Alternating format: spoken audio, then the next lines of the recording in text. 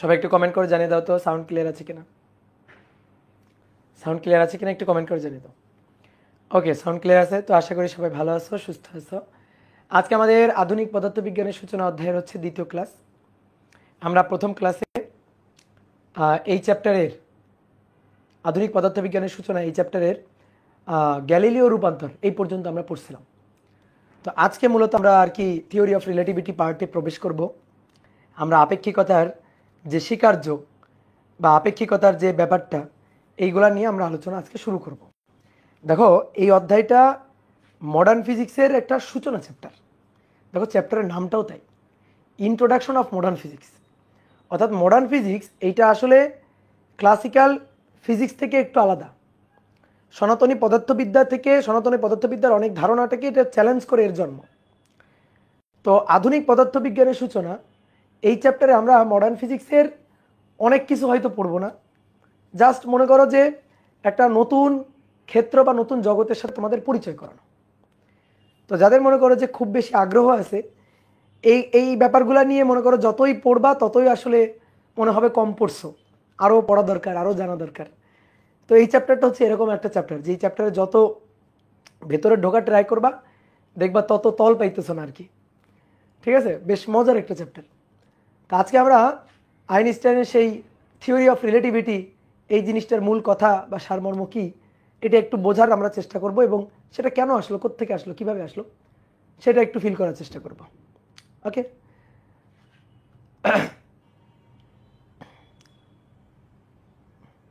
ভাইয়া ভিডিও আটকাচ্ছে না? ভিডিও তো আটকাচ্ছে না। ভিডিও আটকাচ্ছে কি না? সাউন্ড কি কম? না না, নো নো নো। এফবিতে ক্লাস নাই কেন? এফবিতে ক্লাস আছে তো ভাই। সাউন্ড কম না, সাউন্ড কম না, সাউন্ড তো কম থাকার কথা না। সাউন্ড ঠিক আছে তো? ঠিক আছে সাউন্ড। আর ফেসবুকেও তো ক্লাস হচ্ছে, সাইকেল 6 পূর্ব ফিজিক্স ব্যাস, হ্যাঁ ঠিকই তো।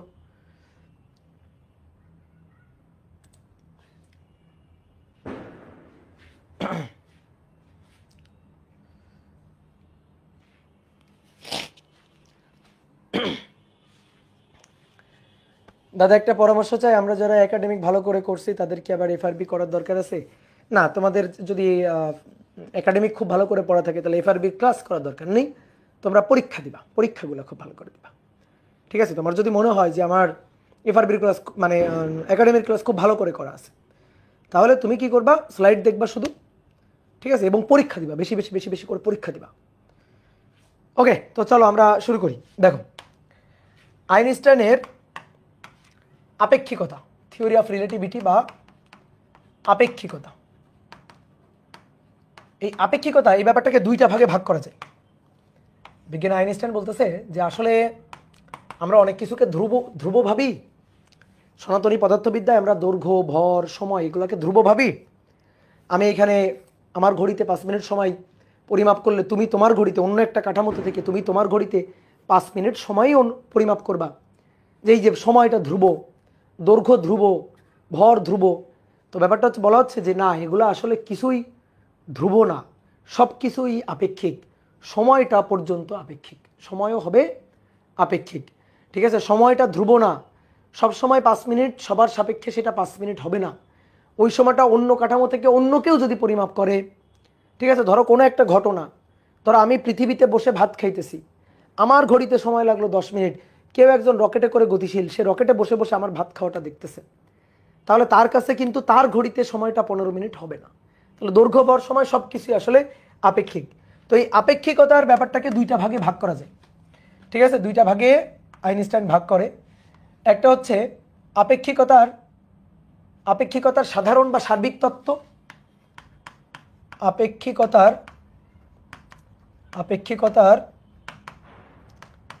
সাধারণ বা সার্বিক তত্ত্ব, যেটাকে ইংরেজিতে বলা হয় যে general theory of relativity. General theory of relativity. Relativity. Okay, relativity, relativity. Okay, এবার আরেকটা হচ্ছে আপেক্ষিকতার বিশেষ তত্ত্ব। আপেক্ষিকতার বিশেষ তত্ত্ব বা special theory of relativity. Special theory of relativity.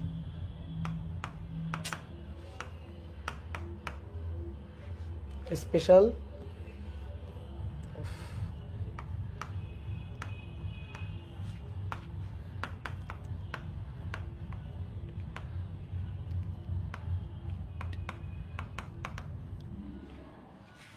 Okay, special theory of relativity. Okay দাদা, এফবিতে ক্লাস পাই না কেন? ক্লাস পাবা, যাও এফবিতে যাও, সাইকেল 6-এ গেলে ক্লাস পাবা, আর না হলে এখানে করো ক্লাস। এফবিতে তো ক্লাস হচ্ছে তো? হ্যাঁ হচ্ছে, ঠিক আছে। ওকে, এইবার আসো, দেখো আপেক্ষিকতার সাধারণ বা সার্বিক তত্ত্ব। এবার আর কোনো কমেন্ট করবা না, জাস্ট খালি আমার কথা শুনবা, ঠিক আছে? কোনো কমেন্ট করবা না। আপেক্ষিকতার সাধারণ বা সার্বিক তত্ত্ব, এটা আসলে পরস্পরের সাপেক্ষে ত্বরণ নিয়ে গতিশীল, ত্বরণ নিয়ে গতিশীল এরকম বস্তুর গতি নিয়ে আলোচনা করে, এরকম ক্ষেত্র নিয়ে আলোচনা করে, যে পরস্পরের সাপেক্ষে ত্বরণ আছে এরকম ক্ষেত্র নিয়ে আলোচনা করে, যে পরস্পরের সাপেক্ষে ত্বরণে গতিশীল বস্তু নিয়ে আলোচনা করে, গতিশীল বস্তুর ক্ষেত্র নিয়ে আলোচনা করে, ক্ষেত্র নিয়ে আলোচনা করে। বিশেষ করে মহাবিশ্বের গ্রহ, নক্ষত্র, বিভিন্ন জিনিসের উল্কাপিণ্ড, বিভিন্ন জিনিসের গতি,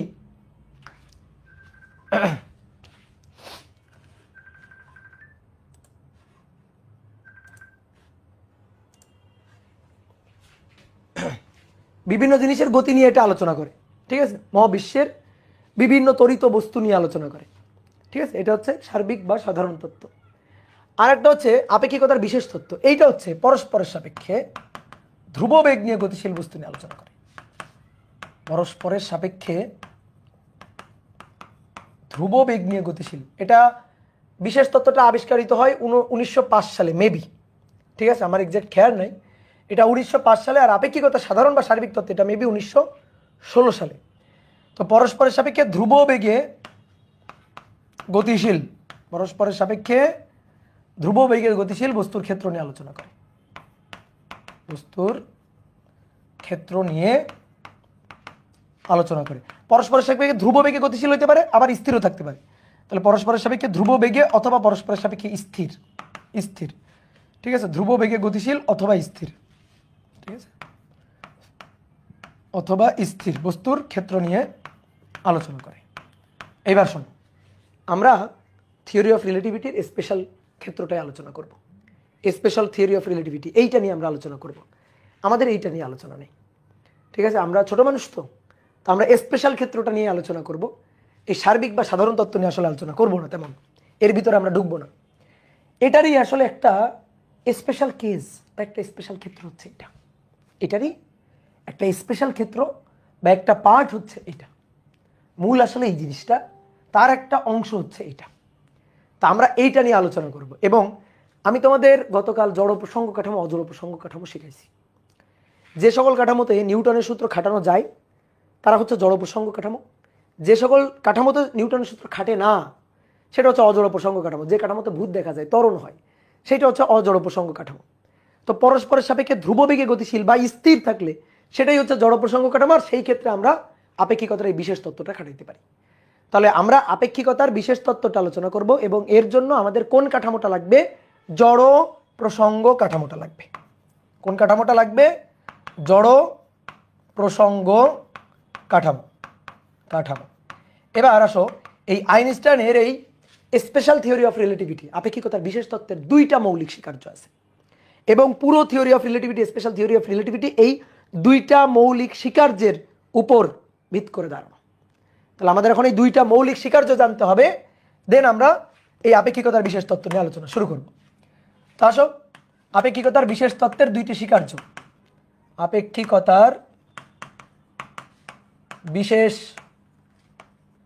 তত্ত্ব, স্পেশাল থিওরি অফ রিলেটিভিটির দুইটি স্বীকার্য।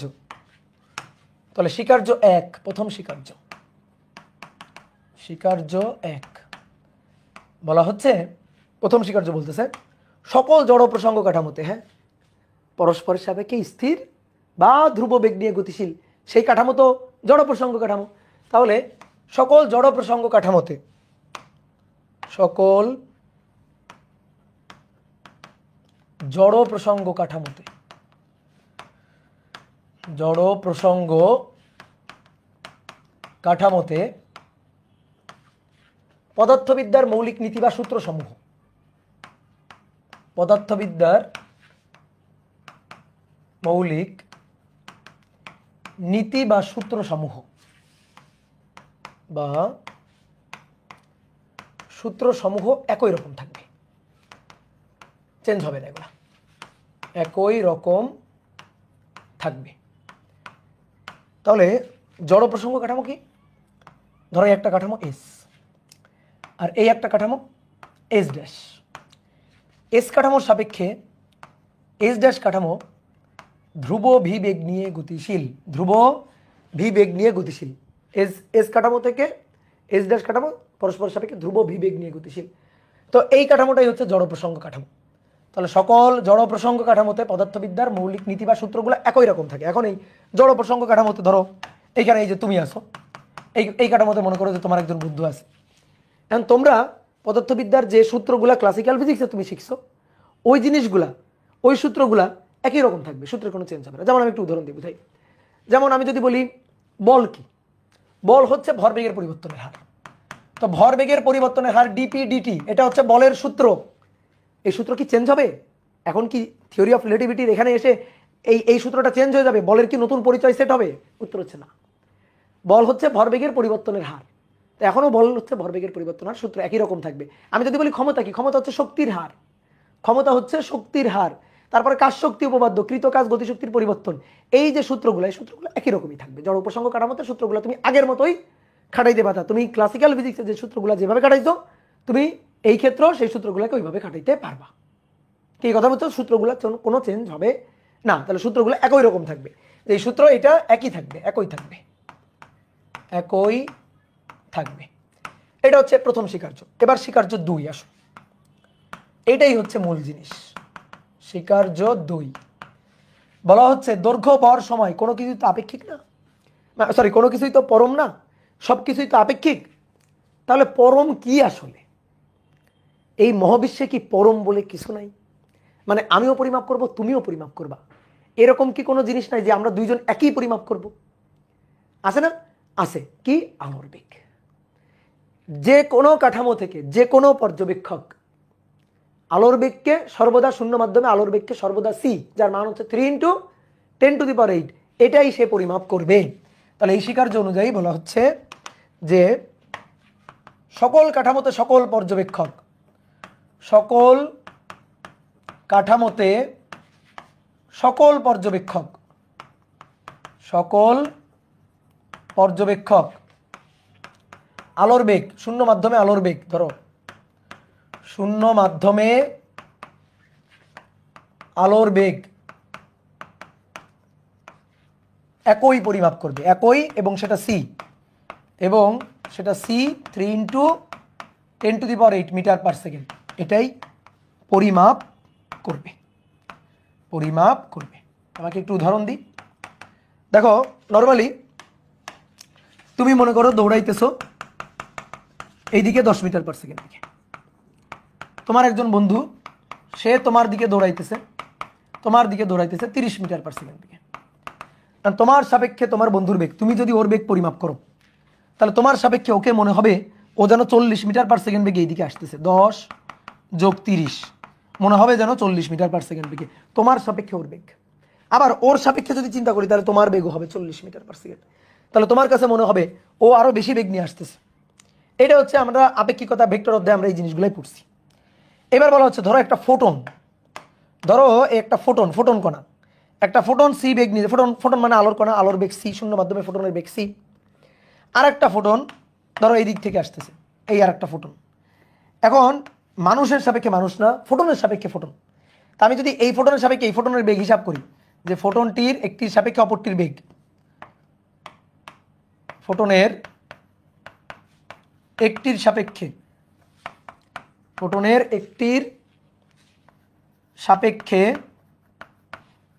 অপরটির বেগ, এই কনসেপ্ট অনুযায়ী অপরটির বেগ, এই কনসেপ্ট অনুযায়ী হওয়া উচিত সি প্লাস সি, তার মানে 2c হওয়া উচিত। বলা হচ্ছে না 2c হবে না, 2c হবে না, 2c হবে না, এটা সম্ভব না, এটা হওয়া যাবে না। তো কত হইতে হবে? এ যদি এই ফোটনের বেগ হিসাব করে তাহলে এর সাপেক্ষে এর বেগ সি হবে, আবার এর সাপেক্ষে এর বেগ সি হবে, সি এর বেশি হবে না।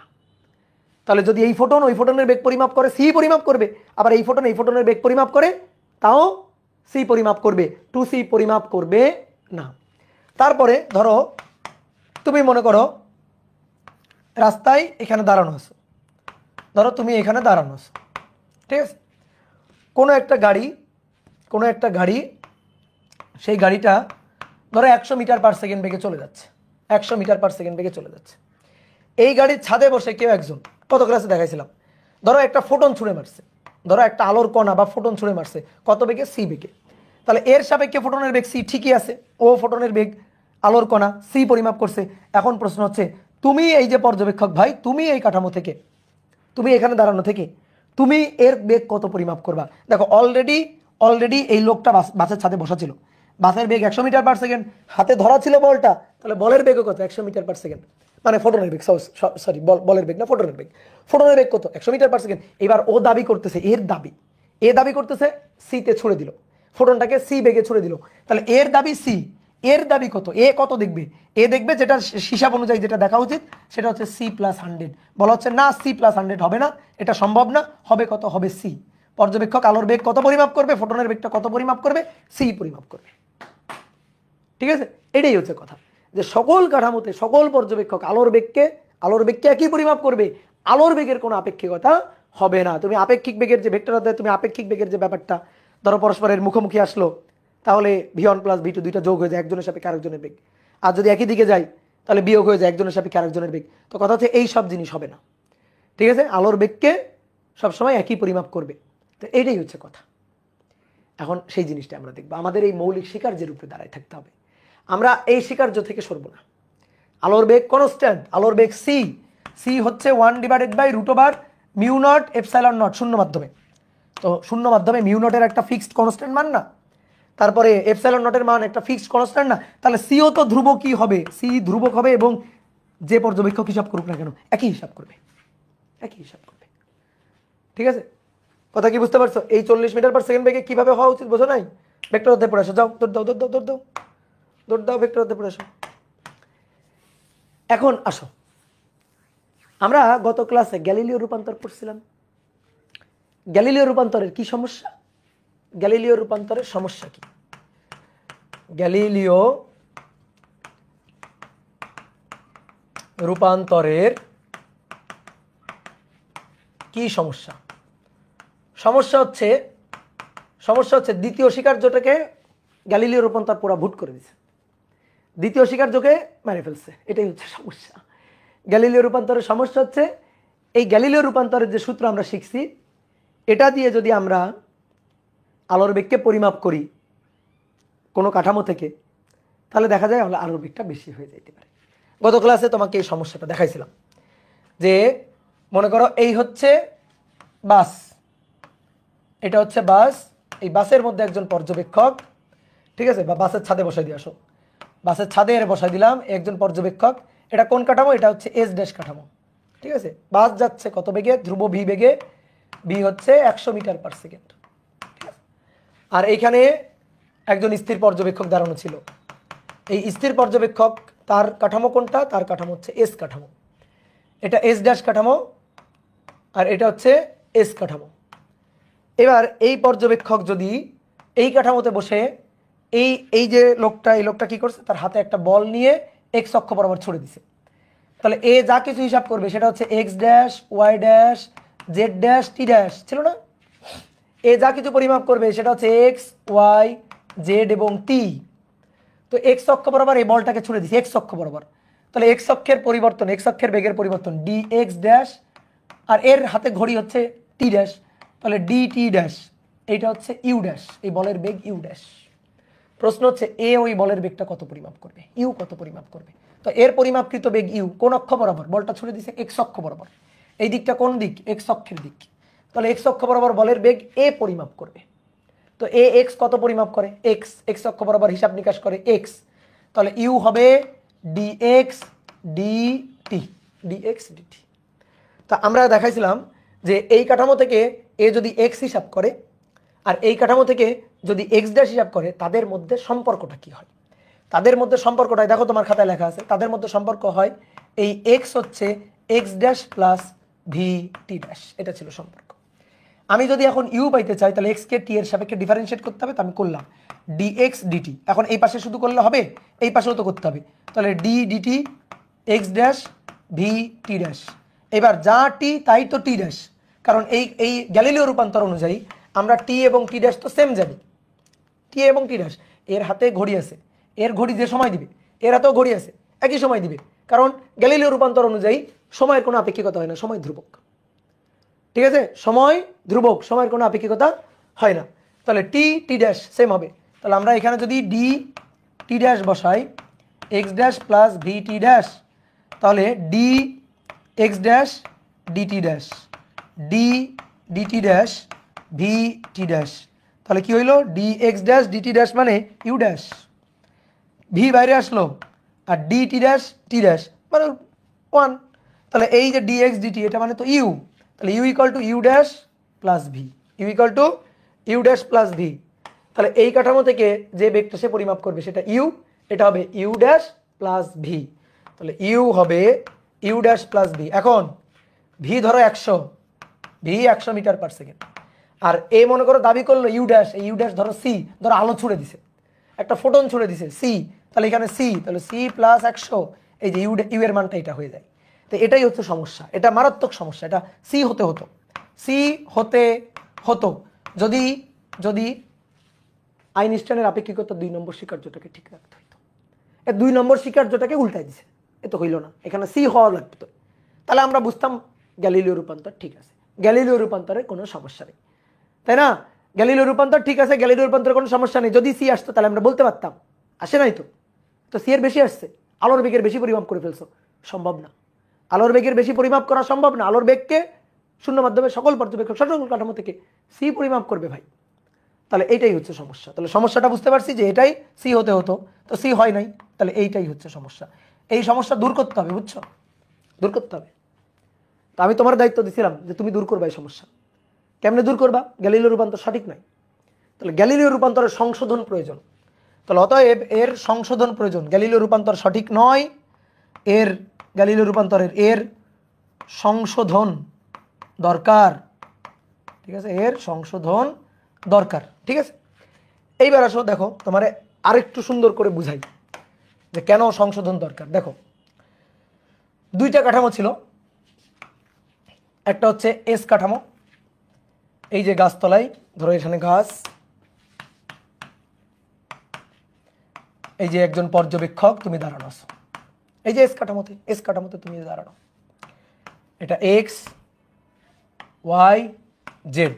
তোমার বন্ধুরা আগায় দিতে আসছিল, তোমার বন্ধু চলে যাচ্ছে, তোমার বন্ধুরা আসছিল আগায় দিতে, ঠিক আছে, তো তোমার বন্ধু বাসে করে চলে যাচ্ছে। তোর বাসের কাঠামোটা হচ্ছে এই যে বাস, বাস চলে যাচ্ছে, বন্ধু ধরো বাসের মধ্যে বসা, বাসের মধ্যে বসা, এই বাস যে কাঠামোতে সেটা হচ্ছে এস ড্যাশ কাঠামো, এটা হচ্ছে এস ড্যাশ কাঠামো। তাহলে এর সাপেক্ষে বাস ধ্রুব ভি বেগ নিয়ে চলতেছে, এই যে দাঁড়ানো আছে ধ্রুব ভি বেগ নিয়ে বাস চলতেছে, তাহলে ধ্রুব ভি বেগ নিয়ে বাসের গতি, বাস চলতেছে, তাহলে এর সাপেক্ষে জড় প্রসঙ্গ কাঠামো। এইবার আসো দেখো আকাশে চাঁদ উঠছে, রাস্তা যাচ্ছ, তোমার বন্ধু যাচ্ছে, তুমি দাঁড়ানো আছো, ওরা বিদায় করে দিছো, টাটা দিয়ে বিদায় করে দিছো, চলে যাচ্ছে বাসে উঠে। এবার আকাশে চাঁদ উঠছে, বা ওই যে গত ক্লাসে মাঠের মধ্যে একটা খুঁটির মাথায় বাল্ব ঝুলে দিয়েছিলাম না, তো ওই মনে করো যে এখানে ওই যে খুঁটির মাথায় বাল্ব আছে, অথবা মনে করো চাঁদ উঠছে এখানে, ঠিক আছে, এখানে ধরো চাঁদ উঠছে, তাহলে এই চাঁদকে একে এই আলোক উৎসটাকে বাসের মধ্যে বসে এও দেখতেছে, এও তো দেখতেছে, দুইজনই দেখতেছে, তাই না? তাহলে এই আলোক উৎস থেকে আলো আসতেছে, আলো মানে ফোটন, এখান থেকে আলো আসতেছে, আলো মানে ফোটন আসতেছে। তাহলে এর চোখে বা এর কাঠামোতে এই যে ফোটন আসতেছে, এখান থেকে একটা ফোটন আসলো, এখন এর চোখেও তো আসতেছে, এর কাঠামোতেও আসতেছে। তাহলে এর কাঠামোতে যেটা আসতেছে সেটা হচ্ছে এটা, যে এর কাঠামোতেও আসতেছে যেটা, এই যে একটা ফোটন এর কাঠামোতে আসতেছে, তাহলে দুইজনের কাঠামোতেই আসতেছে। এইবার কথা হচ্ছে কত বেগে আসতেছে, কত বেগ? সি বেগ, আলো আসতেছে, আলোর বেগ সি। এখন অনেকে বলতে পারে ভাই এ তো ভি বেগ নিয়ে যাচ্ছে, এর কাছে ওইখান থেকে এই যে আলো আসতেছে বেগটা যা মনে হবে, বেগটা যা মনে হবে এর কাছে কি তাই মনে হবে? ওই যে তুমি ক্লাসিক্যাল ফিজিক্স দিয়ে চিন্তা করলে তো তাই মনে হবে না। যেমন আমি তোমার একটা উদাহরণ দিই, মনে করো তুমি দৌড়াই যাচ্ছ, সরি তুমি তো ওখানে দাঁড়ানো, মনে করো আরও কেউ একজন, ধরো আবুল, আবুল এদিকে দৌড়ে আসতেছে, আবুল দৌড়ে আসতেছে 10 মিটার পার সেকেন্ড বেগে, এই বাসটা যাচ্ছে ধরো 50 মিটার পার সেকেন্ড বেগে, আর তুমি এখানে দাঁড়ানো। তোমার যদি জিজ্ঞেস করি বলো তো আবুলের বেগ কত, তুমি বলবে আবুলের বেগ 10। একে যদি জিজ্ঞেস করি ভাই বলতো আবুলের বেগ কত, বলো দেখি এ কি বলবে, এ কি বলবে বলো, এ আবুলের বেগ কত বলবে? বলবে 60, কারণ 50 এদিকে যাচ্ছে, 10-এ আগাচ্ছে, 50-এ যাচ্ছে, তাহলে ওর কাছে মনে হবে আরো বেশি আগাচ্ছে, কত? 60। দুইজন কি আবুলের বেগ একই বললা? বললা একই না, বলো নাই। তাহলে ঠিক একইভাবে এই যে আকাশে চাঁদ উঠছে বা এখানে একটা বাল্ব খুঁটির মাথায় ঝুলানো আছে, এখান থেকে আলো আসতেছে, এ যদি বলে সি বেগে আসতেছে, এর সাপেক্ষে তো সি হওয়া উচিত না, তাই না? উচিত তো না, কিন্তু উচিত হইতে হবে কারণ আলোর বেগ সি। তাহলে এ যদি বেগ পরিমাপ করে সি, এও বেগ পরিমাপ করবে সি। এর কাঠামো থেকে আলো আসতেছে সি বেগে, এর কাঠামোতেও আলো আসছে, ওইখান থেকে উৎস থেকে আলো আসছে, সি বেগে আলো আসছে। এবার আমি যদি বলি, একে যদি বলি ভাই তুই বলতো চাঁদের স্থানাঙ্ক বল, ও স্থানাঙ্ক বলবে, ও স্থানাঙ্ক দেখো ত্রিমাত্রিক একটা স্থানাঙ্ক, মাঠের মাথায় খুঁটি, খুঁটির মাথায় চাঁদ ঝুলানো আছে বা একটা বাল্ব ঝুলানো আছে, ঠিক আছে? তাহলে এ যদি ওই পয়েন্টের স্থানাঙ্ক হিসাব করে, স্থানাঙ্ক, তাহলে ও হিসাব করবে X dash, Y dash, Z dash. এ যদি এর ঘড়িতে সময় পরিমাপ করে তাহলে পরিমাপ করবে টি ড্যাশ, তো টি ড্যাশটাও এখানে লিখে দিই যে টি ড্যাশ। একে আমি বললাম ভাই তুমি দেখতে পাচ্ছ না চাঁদটাকে? ও বললো হ্যাঁ দেখতে পাচ্ছি, বা ওই যে বাঁশের মাথায় ঝুলানো একটা বাল্বকে দেখতে পাচ্ছ না? দেখতে পাচ্ছি। একে বললাম ভাই তুমি বলো তো স্থানাঙ্ক, ও তখন স্থানাঙ্ক বললো ভাই আমার কাঠামো থেকে স্থানাঙ্ক হচ্ছে চাঁদ কত দূরে আছে, এক্স দূরে, এক্স দূরে, ওয়াই উচ্চতায়, আর জেড, জেড তো আর আমি দেখাইতে পারতেছি না, এক্স দূরে, ওয়াই উচ্চতায়, আর জেড হচ্ছে ধরো এই যে জেড হচ্ছে এইদিকে, এখানে এখানে শুনুন, তাহলে এটা হচ্ছে জেড। তাহলে ও যদি স্থানাঙ্ক পরিমাপ করে তাহলে এক্স ওয়াই জেড, ওর ঘড়িতে বললাম সময়, তাহলে সময় হচ্ছে টি। গ্যালিলিও রূপান্তরে আছি আমরা এখনো, গ্যালিলিও রূপান্তর, তাহলে গ্যালিলিও রূপান্তর হচ্ছে T equal to T dash, Galileo রূপান্তর T equal to T dash. তাহলে এখান থেকে এখানে আলো এসে পৌঁছাইছে টি ড্যাশ সময়ে, সরি টি সময়ে, এখান থেকে এখানে আলো আসতে যে সময় লাগছে সেটা হচ্ছে টি, সরি টি ড্যাশ, এটা টি ড্যাশ, আর এটা আসতে সময় লাগছে টি। এবার তুমি একটা জিনিস দেখো তো, মনে করো এইটা হচ্ছে একটা কাঠামো, ত্রিমাত্রিক কাঠামো, এটা একটা বিন্দু পি বিন্দু, এক্স ওয়াই জেড। তা আমি যদি এই পি বিন্দুর অবস্থান ভেক্টর লিখি, আমি যদি এই পি বিন্দুর অবস্থান ভেক্টর লিখি, ধরো অবস্থান ভেক্টর আর, আর যদি লিখি তাহলে ভেক্টর ফরম্যাটে কি লেখা হয়? R equal to X I cap plus Y J cap plus plus plus plus plus plus, কোথাও পোকা পড়ছে একটা, কোথাও একটা পোকা পড়ছে, এই যে, তাহলে প্লাস জেড কে ড্যাশ। যদি বলি এই অবস্থান ভেক্টরের মান বের করো, এই বিন্দুর অবস্থান ভেক্টরের মূল বিন্দু সাপেক্ষে মান বের করো, তাহলে R square equal to X square Y square plus Z square. জানি তো আমরা এটা, এটা আমরা জানি, ঠিক আছে? এইবার আসো, তাহলে এখন এর কাঠামো থেকে ওই বিন্দুর, ওই যে বাল্বটা যেখানে ঝুলানো আছে, এই বিন্দুর অবস্থান ভেক্টর আমরা দেখব এর কাঠামো থেকে। তাহলে এর কাঠামো থেকে অবস্থান ভেক্টর এইটা, ঠিক আছে? এর কাঠামো থেকে অবস্থান ভেক্টর এই যে এটা অবস্থান ভেক্টর। তাহলে এর কাঠামো থেকে যে অবস্থান ভেক্টরটা, সেই অবস্থান ভেক্টরটা হচ্ছে X dash I cap, Y dash J cap, Z dash K cap. আর এই যে দূরত্বটা, এই যে দূরত্বটা, আলোর বেগ সি আসছে কত সময়? টি সময়। আলোর বেগ সি আসছে কত সময়? টি সময়। তো তাহলে এই দূরত্বটাকে আমি যদি বলি এস ড্যাশ, ধরো এই যে দূরত্বটা, এই দূরত্বটাকে বলি যদি আর ড্যাশ বা এস ড্যাশ যেটাই বলি না কেন, সেটা হবে সি ইন্টু টি ড্যাশ। এর জন্য যদি বলি আর, তাহলে এটা হবে সি ইন্টু টি। দেখো সি সি এমন হয়নি কিন্তু, সি সি ড্যাশ হয়নি, হয়নি, ঠিক আছে। এই যে সি এও যা হিসাব করবে এও তা হিসাব করবে, এটাই তো আপেক্ষিকতার স্বীকার্য। আমাদের ওই স্বীকার্য ওইটা ধরে আগাইতে হবে, 2 নম্বর স্বীকার্য ধরে সামনে আগাইতে হবে। এও আলোর বেগ যা হিসাব করবে এও হিসাব করবে তাই। তাহলে তুমি দেখো আমি আরেকবার বলি, আলো আসতেছে সি বেগে, কত সময়, এর জন্য টি ড্যাশ সময়। তাহলে আমি যদি বলি দূরত্ব কত, এস ইকুয়াল টু ভিটি, তাহলে R equal to C T dash, মানে R dash equal to C T dash. এর জন্য তাহলে কি হবে, এর জন্য তাহলে কি হবে, এর জন্য হবে আর ইকুয়াল টু সি টি। কি কথা বুঝছো? গ্যালিলিও রূপান্তরে আমরা গত ক্লাসে যে গ্যালিলিও রূপান্তর পড়ছিলাম, সেই গ্যালিলিও রূপান্তর আমরা কি লিখছিলাম দেখো তো, মনে করে খাতা উল্টে দেখো। আমি এই কাঠামো থেকে যদি হিসাব করি এক্স ড্যাশ, সরি এক্স, তাহলে সেই এক্স হবে এক্স ড্যাশ প্লাস ভিটি ড্যাশ, ওয়াই ওয়াই ড্যাশই হবে, জেড জেড ড্যাশই হবে, এবং টি টি ড্যাশই হবে। এই কাঠামো থেকে যদি হিসাব করি এক্স ড্যাশ, তাহলে এক্স হবে এক্স মাইনাস ভিটি, দেখো তোমার খাতায় সব লেখা আছে। ওয়াই ড্যাশই হবে, মানে ওয়াই ড্যাশ ওয়াই হবে, জেড ড্যাশ জেড হবে, এবং টি ড্যাশ হবে টি। এটাই গ্যালিলিও রূপান্তর থেকে আমরা পাইছিলাম, কি তাই তো? গ্যালিলিও রূপান্তর থেকে পাইছিলাম। এইবার আসো আমরা এই কাঠামোর জন্য যদি এই বিন্দুর অবস্থান ভেক্টর লিখি, এই যে এখানে লিখছিলাম R square X square Y square Z square সূত্র, তাহলে এর আর কত, সিটি। তাহলে এই এস কাঠামোতে, এস কাঠামোতে, এস কাঠামোতে আমরা যদি এই সূত্রটা অ্যাপ্লাই করি, তাহলে R equal to CT, R এর জায়গায় সিটি, তাহলে C square T square equal to, এই কাঠামো থেকে পরিমাপ করছে X Y Z, X Y Z, তাহলে X square plus Y square plus Z square, সমীকরণ 1। তাহলে এবার বলো এ যদি হিসাব করে এই পয়েন্টের দূরত্ব আর ড্যাশ, তাহলে এস ড্যাশ কাঠামোতে, এস ড্যাশ কাঠামোতে বলো কি হবে? তাহলে এখানে আর ড্যাশ স্কোয়ার, তো আর ড্যাশের মান কত, সি টি ড্যাশ, তাহলে সি স্কোয়ার টি ড্যাশের স্কোয়ার, এইটা ইকুয়াল টু এক্স ড্যাশের স্কোয়ার ওয়াই ড্যাশের স্কোয়ার জেড ড্যাশের স্কোয়ার। এটা হচ্ছে সমীকরণ নম্বর 2, এটা সমীকরণ নম্বর 2। এইবার খুব ভালো করে শোনো, এইবার খুব ভালো করে খেয়াল করবা।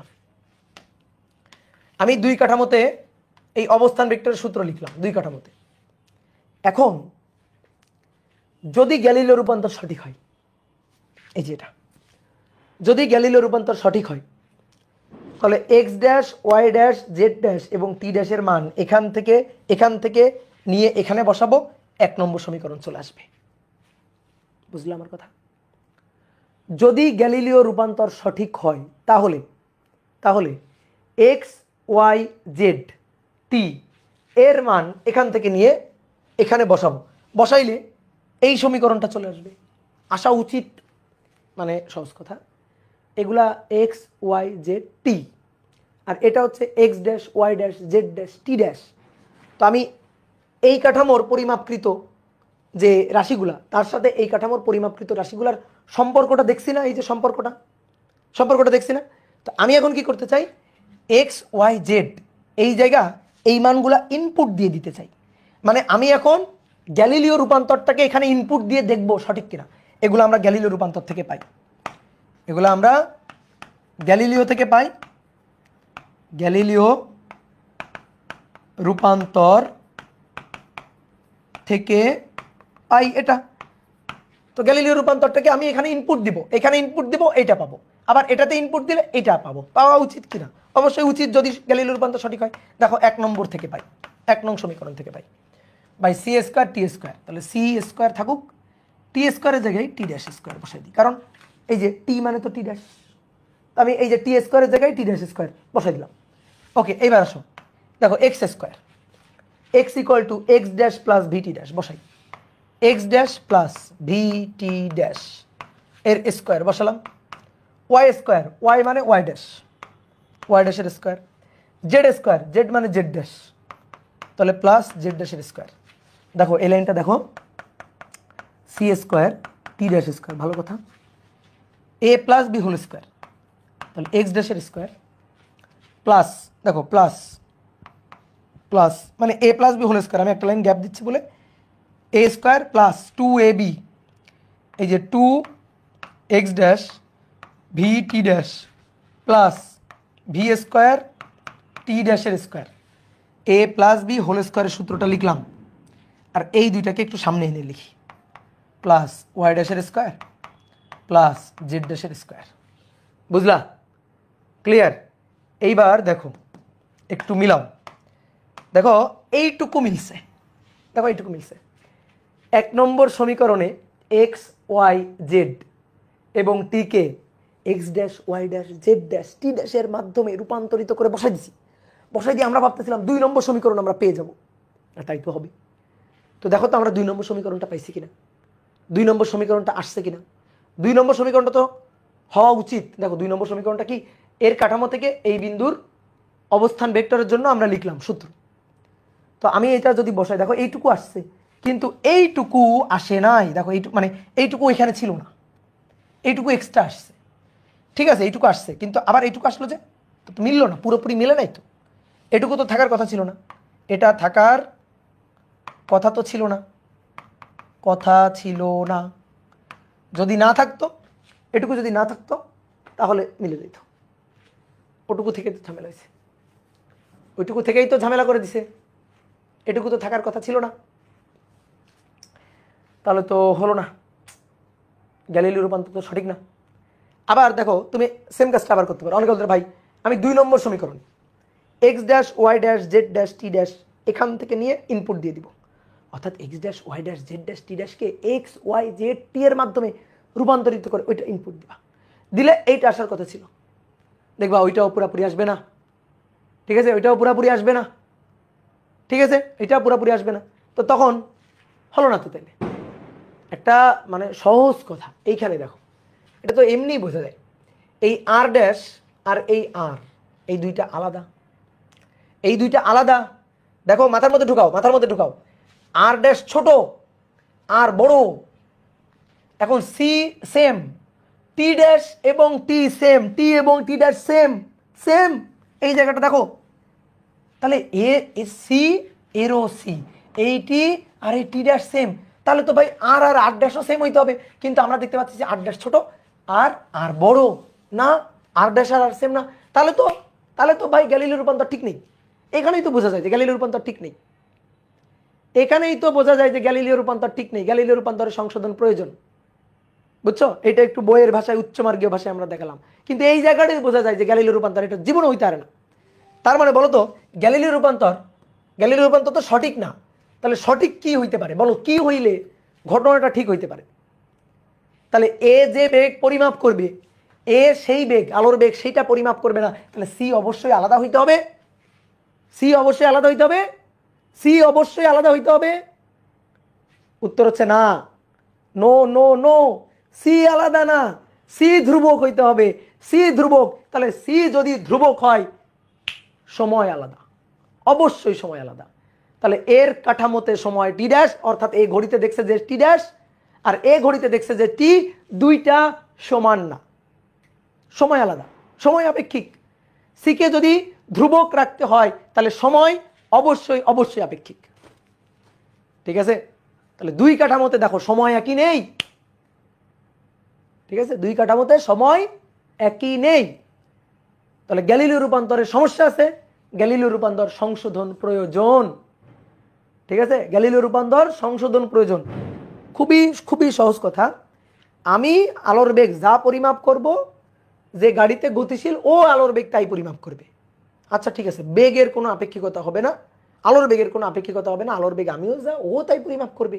তাহলে ভাই দূরত্ব আর ড্যাশ আর তো আলাদা, আর আর ইকুয়াল টু সিটি, সি যেহেতু সেম হইতে হবে, আর আবার আলাদা, তাহলে টি তো অবশ্যই আলাদা হইতে হবে। তাহলে আমি ঘড়িতে যা দেখবো সময়, ও তো তাই দেখবে না, ওর ঘড়ি তো আলাদা সময় দেখাবে। ঠিক আছে, এটাই হচ্ছে কথা। কি কথা বুঝছো? অনেকে মনে করতে ভাই নর্মালি তো ধরেন ভি বেগে গেলে তো এরকম হয় না, তো তো কথা হচ্ছে কি, তুমি রিক্সায় করে যাইও না, বাসে করে যাইও না, রকেটে করে যাও।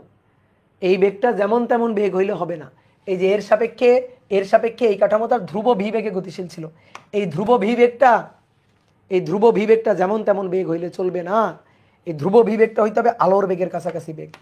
তুমি চিন্তা করতেছো, ভাই আমি দাঁড়ায় থাকলাম, বন্ধুকে রিক্সায় উঠাই দিলাম, রিক্সায় উঠাই দিয়ে রিক্সা কত বেগে চলবে? আলোর বেগের কাছাকাছি বেগ দিয়ে রিক্সা চলবে না। তখন এটা তার বোঝা যাবে না, ফিল করা যাবে না। ঠিক আছে? তো সময়টা তাহলে আপেক্ষিক, সময়টা ধ্রুব না। আসো তাহলে এবার সামনে আগাই। গ্যালিলিও রূপান্তরের সংশোধন প্রয়োজন, এবার আমরা সংশোধন করব। ঠিক আছে? গ্যালিলিও রূপান্তর সংশোধন প্রয়োজন, সংশোধন করব। তো আসো, গ্যালিলিওর রূপান্তরের সংশোধন দরকার। এই সূত্রগুলা, গ্যালিলিও যে সূত্রগুলো দিছে ওগুলা ঠিক নাই। সে তো টি আর টি ড্যাশকে সমান ধরে দিছে, বাই টি আর টি ড্যাশ সমান হবে না, সংশোধন দরকার। সংশোধনটা কি করছে বিজ্ঞানী লরেঞ্জ। তাহলে লরেঞ্জ নতুন করে সূত্র নিয়ে হাজির হয়েছে, তাকে আমরা বলবো লরেঞ্জ রূপান্তর সূত্র। তাহলে এবার আসো লরেঞ্জ রূপান্তরের সূত্র। ঠিক আছে? লরেঞ্জ রূপান্তরের সূত্র। দেখো, সেই একই রকম কথাবার্তা। একটা গাছ, এই যে একজন পর্যবেক্ষক দাঁড়ানো, ঠিক আছে? এই পর্যবেক্ষকের এই যে কাঠামোটা, এই কাঠামোর যে নামটা, সেই নামটা হচ্ছে এস কাঠামো। একটা বাস গতিশীল,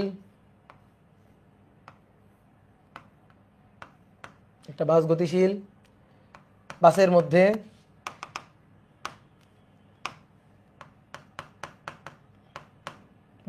এই যে একজন পর্যবেক্ষক বসা, এর যে কাঠামোটা, এটা মনে করো একটা রকেট বাস। ঠিক আছে? আলোর বেগের কাছাকাছি বেগ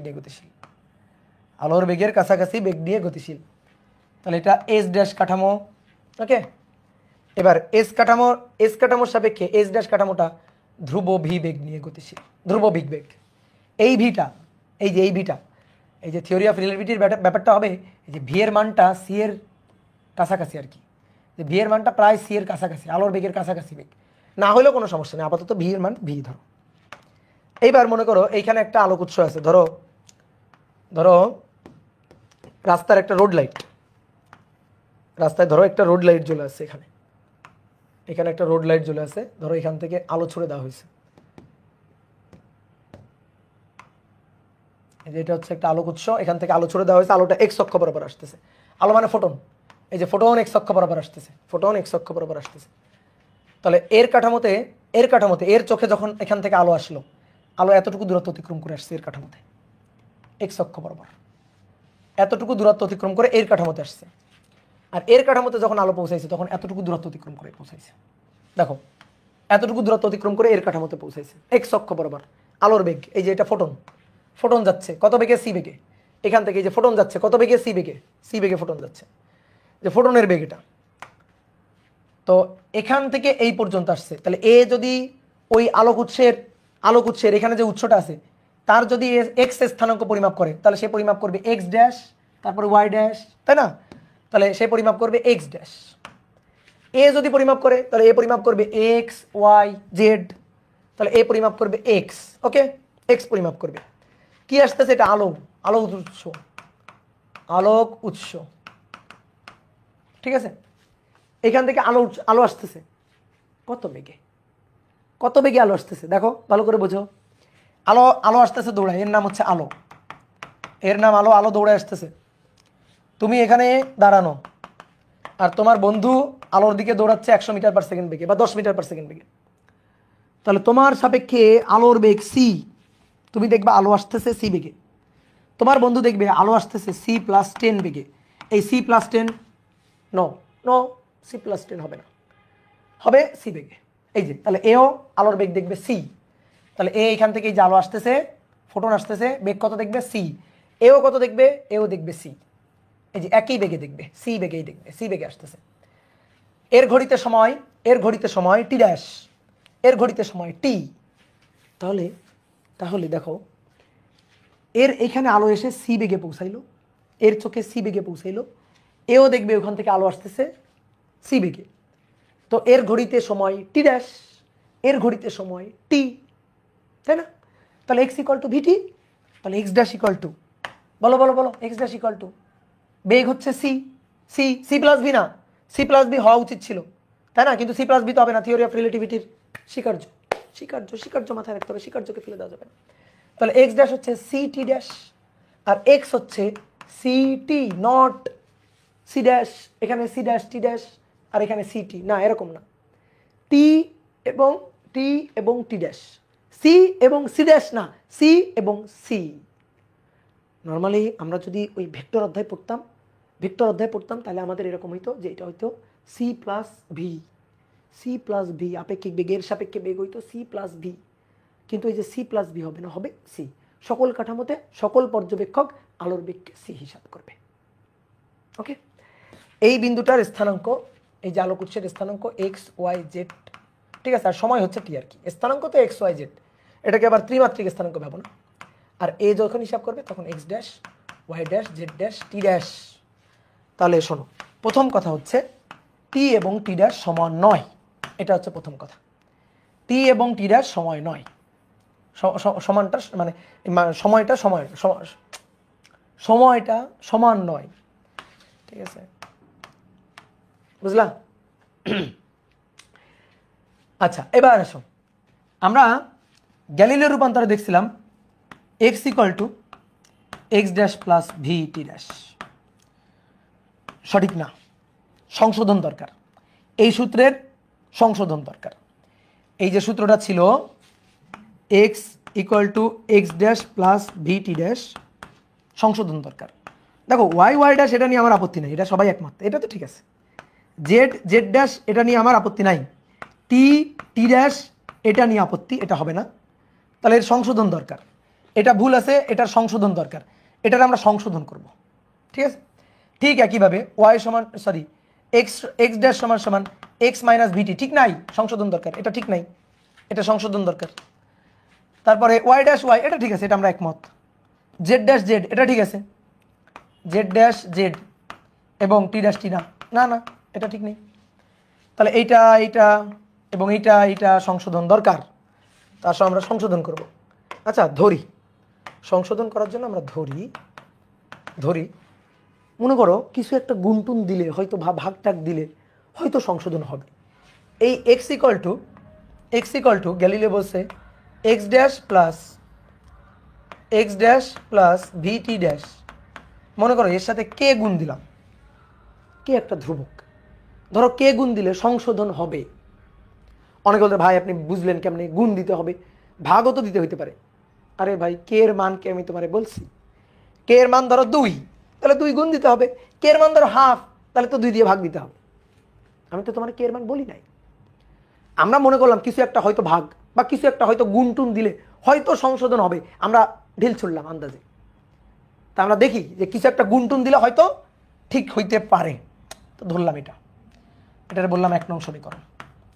এবং ধরি এক্স ড্যাশ সমান সমান, এই যে এক্স ড্যাশ এটার সমান সমান কে ইন্টু এক্স মাইনাস ভিটি, তাহলে এই যে কে গুণ করলে হয়তো এটা সংশোধন হতে পারে। মানে গ্যালিলিও গেছিল অনেক দূর আগাইছে, কিন্তু গ্যালিলিওর যে থিওরি অফ রিলেটিভিটিটা একটু কট খেয়ে গেছে, তো আমরা ওই কট খাওয়া ব্যাপারটাকে একটু দেখি, সংশোধন করে একটু লাইনে আনা যায় কিনা, ঠিক আছে। তাহলে আসো দেখি, ধরলাম কে গুণ দিতে হবে। এইবার 1 নংকে 2 নং দিয়ে একটু ভাগ দিই, ঠিক আছে, বা 1 নং 2 নং দিয়ে ভাগ দেওয়ার দরকার নেই, 1 নংকে 2 নং দিয়ে ভাগ দেওয়ার দরকার নেই। আমি ধরো বললাম এক্স বাই এক্স ড্যাশ, ভালো করে খেয়াল করো, এক্স বাই এক্স ড্যাশ, এখান থেকে এক্সটা নিব, K x dash V T dash divided by নিচে এক্স ড্যাশ এখান থেকে আনবো না, তাহলে তো কে কাটাকাটি হয়ে গেল, আমরা তো কে চাই, তো এখান থেকে যদি আমি এক্স ড্যাশ নিয়ে বসাই তো কে কাটাকাটি হয়ে গেল, লাভ কি হইল, আমরা তো কে চাই, তাহলে এখান থেকে এক্স ড্যাশ নিব না। এই যে দেখো এক্স ড্যাশ, দেখছো, সি টি ড্যাশ নিয়ে আসো এটা নিয়ে আসো, সি টি ড্যাশ নিয়ে আসলাম। এইবার তাহলে এই যে এক্স ড্যাশ, তাহলে এক্স ড্যাশের জায়গায় সি টি ড্যাশ লেখা যায়, তাহলে X by X dash K x dash মানে city dash plus VT dash divided by CT dash, CT dash by CT dash 1, CT dash CT dash CT dash CT dash 1। তাহলে অতএব X by X dash equal to K, CT dash মানে 1 plus ভিটি dash CT dash, তো T dash কাটাকাটি, দেখো plus ভিটি dash CT dash টি dash কাটাকাটি, তাহলে b divided by C. সমীকরণ 1, সমীকরণ 1 বুঝলা?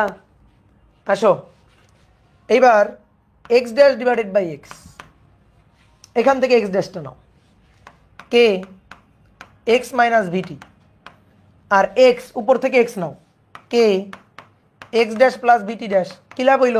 কে আর কে তো কাটাকাটি, তাহলে ভুল করে ফেলেছি, এটা করা যাবে না, এটা করা যাবে না। তাহলে এক্স ড্যাশটা নিলাম, ঠিক আছে ভালো কথা, এক্সটা এখান থেকে নিব না, এই যে এক্স ইকুয়াল টু সিটি, এই যে এক্স, এই এক্স ইকুয়াল টু সিটি, তাহলে city x equal to city, তাহলে এখান থেকে কে এই এক্স মানে city minus VT divided by city, city কাটাকাটি, তাহলে কে 1 মাইনাস টি কাটাকাটি ভি বাই সি, পাইছ? সমীকরণ 2, তাড়াতাড়ি লিখে ফেলো, সমীকরণ 2। তাহলে অতএব এক্স ড্যাশ বাই এক্স, সমীকরণ 2। এবার 1 আর 2 নম্বরের দিকে তাকায় কিছুক্ষণ ধ্যান করো, 1 আর 2 নম্বরের দিকে তাকায় কিছুক্ষণ ধ্যান করো। আচ্ছা একজন বলছে 3 আর 4 দেন ভাইয়া, আচ্ছা দিলাম, নে রে ভাই 3 আর এটা 4, নে 3 আর 4 নম্বর সমীকরণ। এবার 3 আর 4 নম্বর সমীকরণ দিকে কিছুক্ষণ তাকায় ধ্যান করো, কিছুক্ষণ তাকায় ধ্যান করো, দেখো কে এর মান পাও কিনা, আমাদের কে এর মান দরকার ছিল, ধ্যান করছো? কে এর মান পাইছো? এক্স ড্যাশ এক্স ইকুয়াল করা যাবে না, ইকুয়াল তো না, এটা এক্স বাই এক্স ড্যাশ, এটা এক্স ড্যাশ এক্স, গুণ করে দাও তো, গুণ করে দাও তো দেখি, গুণ করে দাও, গুণ 3 নম্বর সমীকরণ গুণ 4 নম্বর, 3 আর 4 গুণ করে পাই, গুণ করলে এক্স ড্যাশ এক্স, দেখো কি মজা, এক্স ড্যাশ এক্স, এর চেয়ে মজার আর কিছু হইতে পারে? K 1 plus V by C, K তাহলে কে আর কে মিলে K square, 1 minus V by C, বলো এর চেয়ে মজার আর কিছু হইতে পারে? এক্স ড্যাশ এক্স কাটাকাটি, এটা 1 আর এটা K square, 1 minus V by C 1 plus V by C, তাহলে 1 minus B square by C square, A square minus B স্কোয়ারের সূত্র, কে দরকার ছিল, কে পেয়ে গেছি। তাহলে অর্থাৎ কে হচ্ছে root over 1/1 divided by root over 1 minus V square by C square, K এর মান পেয়ে গেছি। দেখো বিজ্ঞানী হয়ে গেছে, আমরা বিজ্ঞানী হয়ে গেছে, লরেন্জের আত্মা ভর করছে, বলো ঘরে লরেন্জের আত্মা ভর করছে, পেয়ে গেছি, কে পেয়ে গেছি, কে নিয়ে এখানে বসাই দাও, কই এই যে এইখানে আর এখানে বসাই দাও, বসাই দিলেই নতুন সূত্র, এটাই লরেন্জ রূপান্তর। গ্যালিলিও করে না, কে করছে? লরেন্জ। ঠিক আছে, তুমি করছো, কে করছে? তুমি করছো, তাহলে তোমার নাম দিয়ে রূপান্তরের সূত্র দিয়ে দিবা, বুঝলা? তাহলে বসাও এবার 1 আর 2 নম্বর সমীকরণে কে এর মান বসিয়ে পাই, 1 এবং 2 নম্বর সমীকরণে কে এর মান বসিয়ে পাই, যাই পরের পৃষ্ঠায়। তাহলে আসো 1 ও 2 নঙে কে সমান 1 ডিভাইডেড বাই রুট ওভার, এই যে কেউ যেন বলছিল না ভাই গুণ করতে হবে, আপনি বুঝলেন কেমনি? গুণ তো না, root over 1 minus V square by C square দিয়ে ভাগ, v square by C square দিয়ে ভাগ করতে হবে আসলে। তাহলে 1 নং ও 2 নং সমীকরণে কে সমান এত বসিয়ে পাই, তাহলে কি পাই বসিয়ে? এক্স সমান পাই X dash plus VT dash divided by K মানে হচ্ছে এইটা, তো কে ছিল গুণাকারে, তাহলে নিচে root over 1 minus V square by C square, এবং ওয়াই সমান এবং এক্স ড্যাশ সমান x minus VT divided by root over 1 minus V square by C square, এই হচ্ছে সূত্র। বোঝা গেছে? এক্স সমান এটা, এক্স ড্যাশ সমান এটা, আর ওয়াই সমান তো ওয়াই ড্যাশ, এটা তো আর সংশোধনের কোনো দরকার নেই, এটা তো ঠিক আছে। ওয়াই অক্ষ বরাবর তো গতি না, বাস তো এক্স অক্ষ বরাবর গেছে, বাস যদি এমন হইতো ওয়াই অক্ষ বরাবর উঠে যাইতো উপরে, তাহলে ওয়াই এর চেঞ্জ হইতো, তখন এইটা হইতো x equal to x dash, তখন হইতো x equal to x dash, বুঝো ভালো করে, হ্যাঁ, তখন x equal to x dash, তখন ওয়াই ইকুয়াল টু হইতো y dash plus VT dash divided by root over 1 minus V square by C square, তখন এইটা হইতো। এই ভিটা এই বেগটা তো এক্স অক্ষ বরাবর ছিল, বাসের বেগটা তো এক্স অক্ষ বরাবর ছিল, তাহলে যদি খাড়া উপর দিকে যাইতো মানে ওয়াই অক্ষ বরাবর যাইতো, তখন ওয়াই অক্ষের চেঞ্জ হইতো। তাহলে এখানে ওয়াই সমান সমান ওয়াই ড্যাশ সমান সমান ওয়াই, জেড সমান সমান জেড ড্যাশ, জেড সমান সমান জেড ড্যাশ, তাহলে জেড ড্যাশ এবং জেড সমান। এইবার আসো টি, টি তো সমান না, তাহলে টি লাগবে, টি লাগবে, তাহলে টিটা কেমনে পাওয়া যায়? আসো টি দরকার সময়, তাহলে এবার এবার চলো একটু ওই পৃষ্ঠে যাই। দেখো x equal to city, x equal to city বসাই, এক্স ইকুয়াল টু সিটি, আমরা চাই টি, এক্স সমান সমান এই যে নতুন এক্স, এইটা এক্স মানে এখন আর X dash plus V T dash না, এক্স মানে এইটা, তো এইটা বসাও। দেখো টি এর জন্য নতুন করে আবার সংশোধনের হিসাব করতে হবে না, কারণ তুমি তো কে পেয়ে গেছো, তুমি তো এক্স বানাই ফেলছো, এই এক্স থেকেই তো টি পেয়ে যাবা, কোনো সমস্যা নেই। যে ভাই নতুন করে আবার টি এর জন্য আবার একটা ধ্রুবক টুবক আনবো কিনা, নো নিড, কোনো দরকার নেই। তাহলে এক্স হচ্ছে এটা, এক্সটা নিয়ে এখানে বসাও। তাহলে দেখো তো সিটি, এটাকে আগে লিখলাম, সমান সমান এক্স, এক্স মানে x dash v t dash divided by root over 1 minus V square by C square. আমাদের টি লাগবে, তাহলে সি গিয়ে ভাগ, আমাদের লাগবে টি, তাহলে সি দিয়ে ভাগ, তাহলে x dash by c v t dash by c root over 1 minus V square by C square. Okay, x dash by c v t dash by c মানে এই যে সি দিয়ে ভাগ দিছি আর কি এখানে, তো সি দিয়ে ভাগ দিলাম, এটা থাকলো এই যে টি সমান সমান এটা। ওকে, ক্লিয়ার ক্লিয়ার। এখন আসো এটার সূত্র হিসাবে কেউ যদি মনে করো ভাই এটার আমি সূত্র হিসাবে বক্স করব, আমার কোনো আপত্তি নেই, এটারে কিন্তু সূত্র হিসাবে বক্স করতে পারো, আমার কোনো আপত্তি নেই, কিন্তু বইয়ের সাথে একটু মিলবে না, বইয়ে অন্যরকম একটা সূত্র রাখছে, তো এটারে সূত্র হিসাবে বক্স করলে আমার কোনো আপত্তি নেই, বইয়ে একটা অন্যরকম সূত্র রাখছে, তো দেখি সেই সূত্রটা আনতে পারি কিনা আমরা।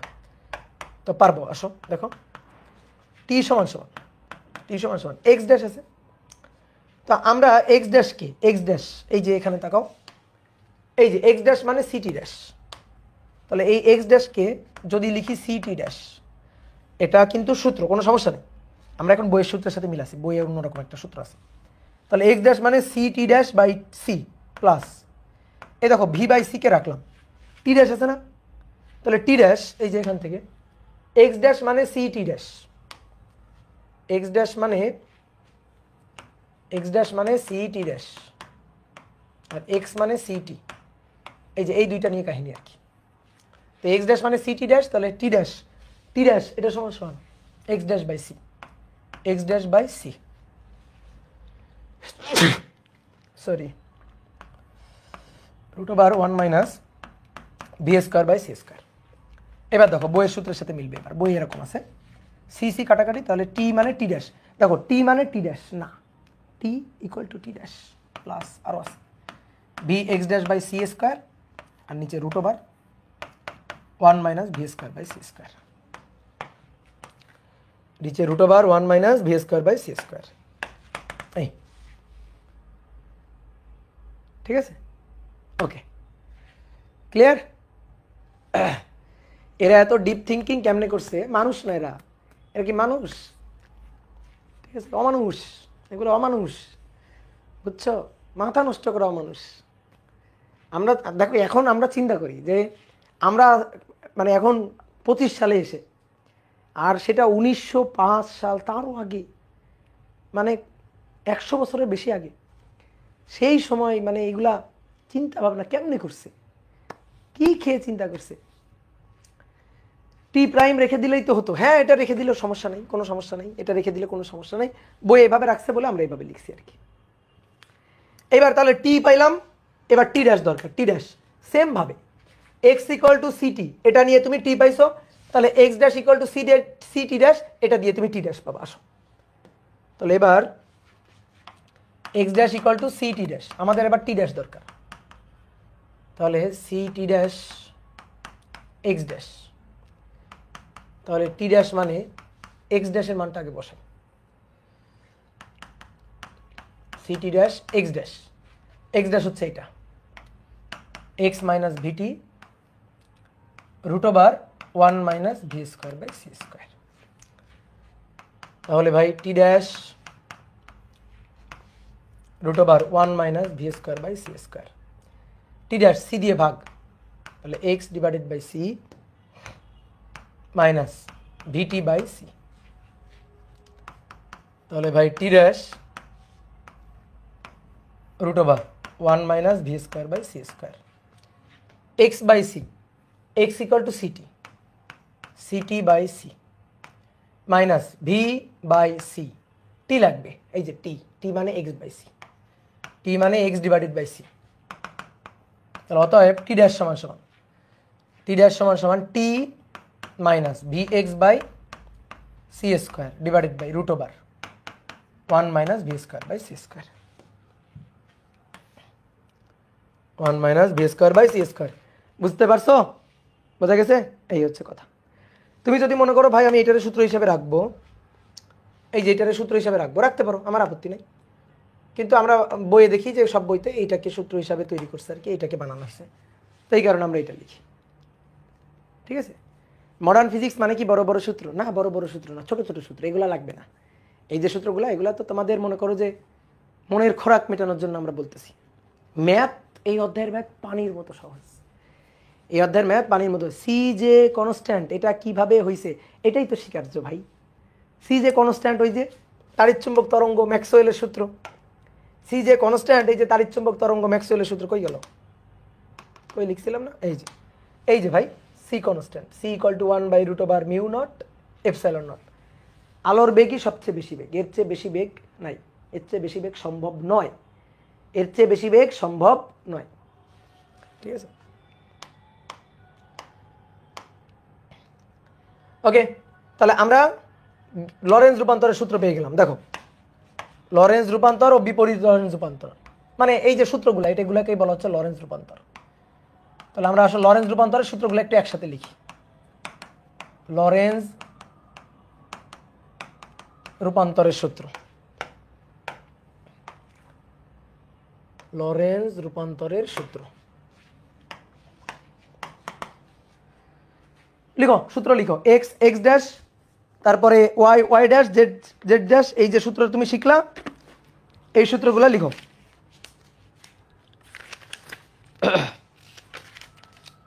আজকে সময়ের অপেক্ষিকতাটা পরে দিই।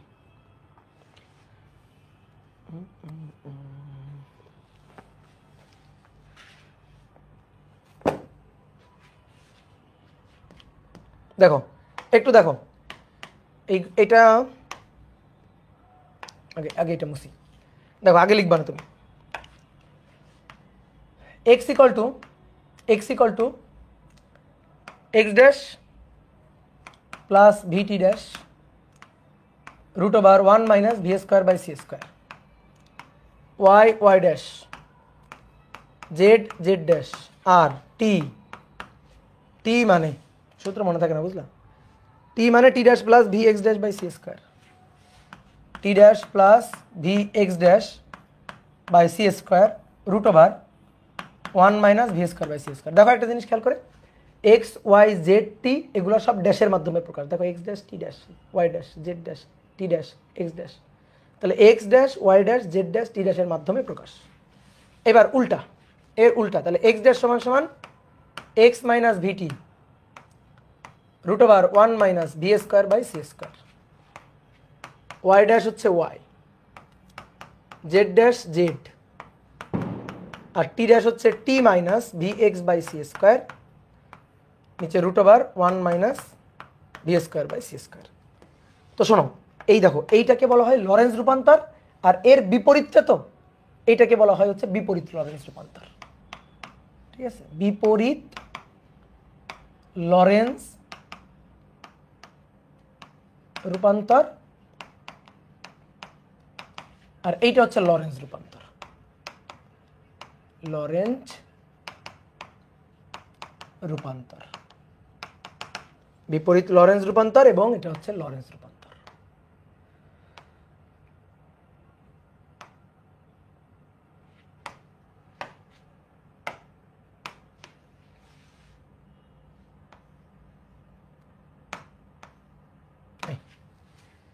ঠিক আছে? দুইটাই লরেন্জ না, মানে এটা লরেন্জ, এই সূত্র, এই সূত্রগুলোকে বলা হয় লরেন্জ রূপান্তরের সূত্র।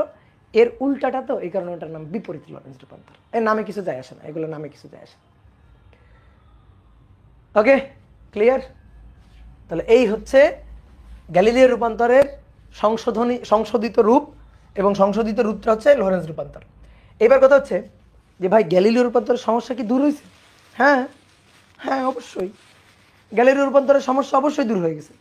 বিশ্বাস হয় না? দেখবা, বিশ্বাস হয় না? দেখো দেখো, মনে করো যখন যখন তুমি রিক্সায় করে গতিশীল হবা, যখন রিক্সায় করে তুমি গতিশীল হবা,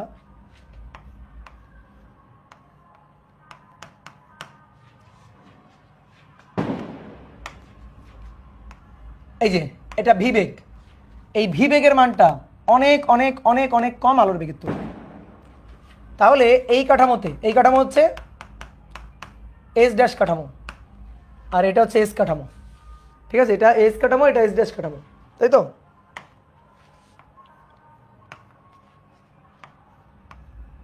ঠিক আছে, দেখো এবার নর্মালি ওই যে তোমাকে প্রথমে বললাম যে ধরো তুমি স্থির দাঁড়ানো আছো, কেউ রিক্সায় করে যাইতেছে, যে ভাই তখন তো আমরা এই জিনিসগুলো বুঝতে পারি না, ফিল করতে পারি না।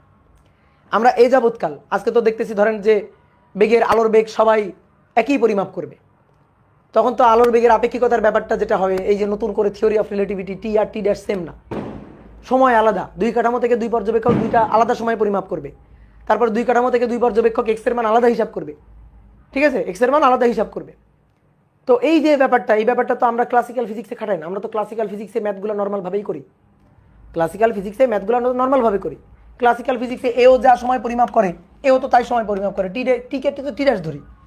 এবার কথা হচ্ছে ক্লাসিক্যাল ফিজিক্সে কি হয়, এই বেগের মানটা অনেক কম থাকে না, আলোর বেগের তুলনায় অনেক কম থাকে না, তো তখন টি আর টি ড্যাশ সেমই হয়, কোনো সমস্যা নেই তো, কোনো সমস্যা নেই তো, তখন টি এবং টি ড্যাশ সেমই হয়।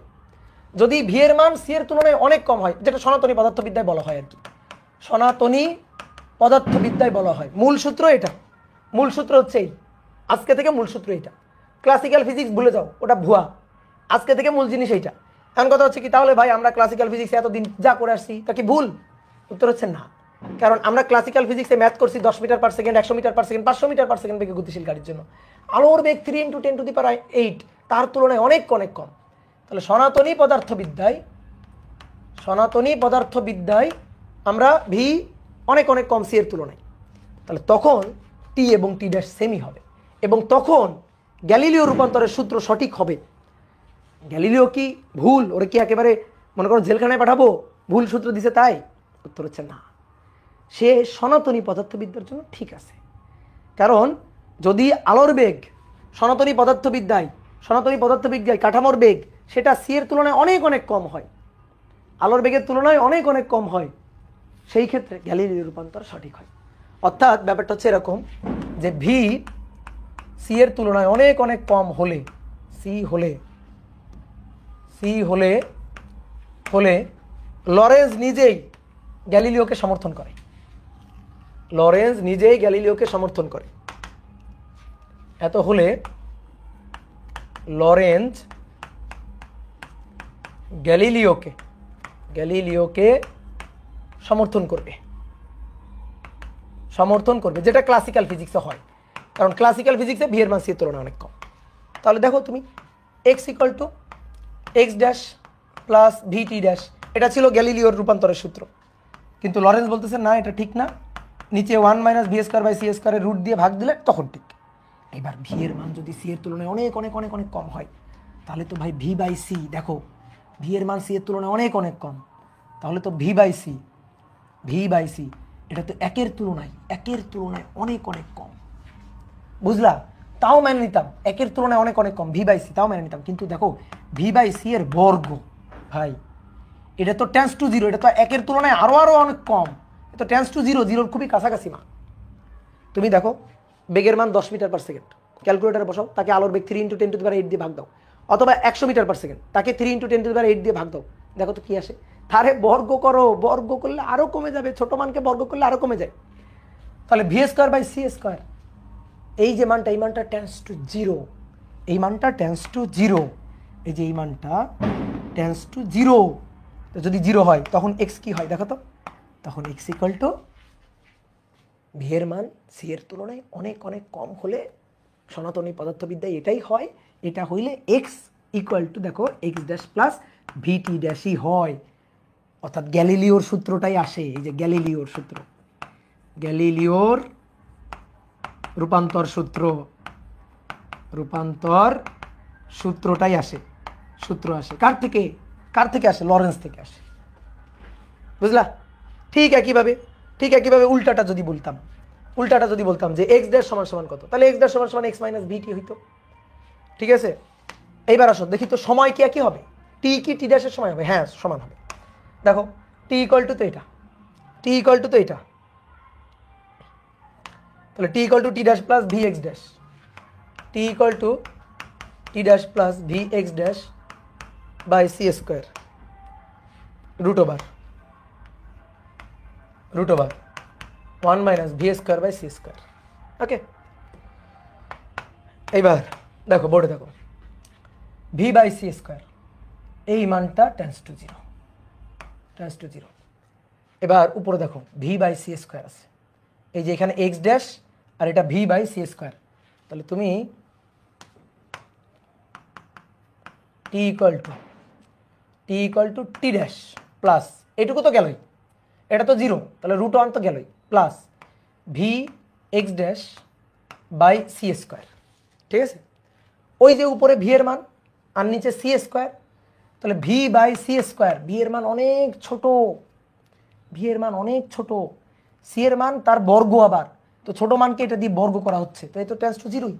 তাহলে ভি বাই সি স্কোয়ার তো জিরোর কাছাকাছি মান, তার সাথে যদি এক্স ড্যাশ গুণ দিই তাহলে 0.000000000000000 কিছু একটা, এটা কি মানে থাকা না থাকা তো সমান কথা, এই পার্টটাও তো বাদ, তাহলে এই পার্টটা বাদ দিয়ে দেখো টি ইকুয়াল টু টি ড্যাশ, দেখো ফেরত আসে, এটাই তো গ্যালিলিও রূপান্তর। এই কারণে আমরা দেখো আমরা ঝামেলা করি, আমার ঘড়িতে যার সময় তোমার ঘড়িতে তাই না, ঝামেলা তো করি না আমরা। ঠিক আছে, কিন্তু তোমার রকেটে করে পাঠাই দিই, আলোর বেগের কাছাকাছি বেগ দিয়ে ঘুরে আসো, তখন তোমার ঘড়ি আর আমার ঘড়ি চেঞ্জ হয়ে গেছে। ঠিক আছে, তাহলে এটাই গ্যালিলিওর সূত্র, গ্যালিলিওর রূপান্তরের সূত্র, রূপান্তরের সূত্র আসে কি না? উত্তর হচ্ছে হ্যাঁ আসে।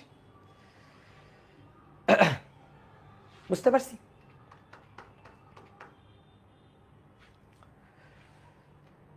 ওকে, এইবার আসো, মনে করো এবার তুমি রকেটে করে গতিশীল,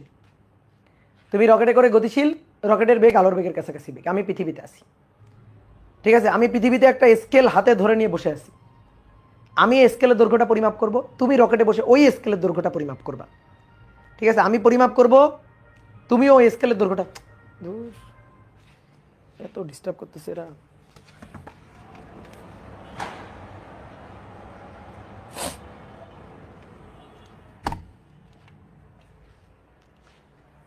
আসো, যেটা বলতেছিলাম, ধরো আমি একটা স্কেল হাতে নিয়ে বসে আছি, ঠিক আছে, তুমি রকেটে করে গতিশীল, এখন রকেটের জানলা খুলে তাকায় তুমিও স্কেলটার দৈর্ঘ্য পরিমাপ করবে, আমিও পরিমাপ করব। তাহলে দেখো এই যে তিনটা মৌলিক রাশি দৈর্ঘ্য, ভর, সময়, এগুলো সব চেঞ্জ হয়ে যাবে। তাহলে এই যে আপেক্ষিকতা, ক্লাসিক্যাল ফিজিক্সে এগুলো সব ধ্রুব ছিল, এখন সব চেঞ্জ হয়ে যাবে। তা আমরা তিনটা মৌলিক রাশির ক্ষেত্রে, বিশেষ করে তিনটা মৌলিক রাশি দৈর্ঘ্য, ভর, সময়, দৈর্ঘ্যের আপেক্ষিকতা, এতদিন দৈর্ঘ্য জেনে আনতেছিলাম ধ্রুবক, যে না ভাই দৈর্ঘ্যের আপেক্ষিকতা হবে, দৈর্ঘ্য দুই কাঠামো থেকে দুই পর্যবেক্ষক একই দৈর্ঘ্য, মানে একই জিনিসকে দুইটা দৈর্ঘ্য পরিমাপ করবে, দৈর্ঘ্যের আপেক্ষিকতা। এই দৈর্ঘ্যের আপেক্ষিকতাকে বলা হয় দৈর্ঘ্য সংকোচন। তারপরে কাল দীর্ঘায়ন, সময়ের আপেক্ষিকতা,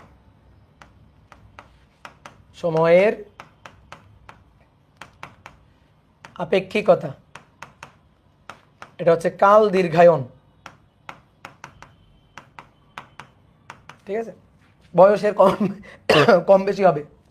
দেখবে একটা মুভি আছে না, ইন্টারস্টেলার, ওই মুভিতে কুপার আর হচ্ছে মার্ফ মনে হয়, হ্যাঁ, যে মেয়েকে রেখে বাবা চলে যায়, তারপরে বাবা ফেরত আসার পরে মহাকাশ থেকে গবেষণা করে ফেরত আছে, আসার পরে দেখে মেয়ে হাসপাতালের বেডে মুমূর্ষু হয়ে শুয়ে আছে। ঠিক আছে, তো এই যে কুপারের বয়স আর বাড়ে না, কুপার যেমন ছিল ওইরকমই থাকে, কুপারের বয়স সামান্য বাড়ে, কিন্তু মেয়ে ছোট বাচ্চা মেয়ে বুড়ি হয়ে যায়। এই দেখো দুইজনের কাটার মধ্যে দুইটার সময়, এই মুভিটা দেখবা আর কি। ঠিক আছে, তারপরে ভরের আপেক্ষিকতা। ভরের আপেক্ষিকতা, গতিশীল অবস্থায় ভর বাড়বে, ভরের বৃদ্ধি হবে। ভরের আপেক্ষিকতা, গতিশীল অবস্থায় ভর বাড়বে, ভরের বৃদ্ধি হবে। তো এই জিনিসগুলো আমরা এখন দেখব। তো আজকে আমরা এটা দেখবো আর কি, দৈর্ঘ্যের আপেক্ষিকতা বা দৈর্ঘ্য সংকোচন। আসো, দৈর্ঘ্যের আপেক্ষিকতা বা দৈর্ঘ্য সংকোচন। দৈর্ঘ্য সংকোচন বা দৈর্ঘ্যের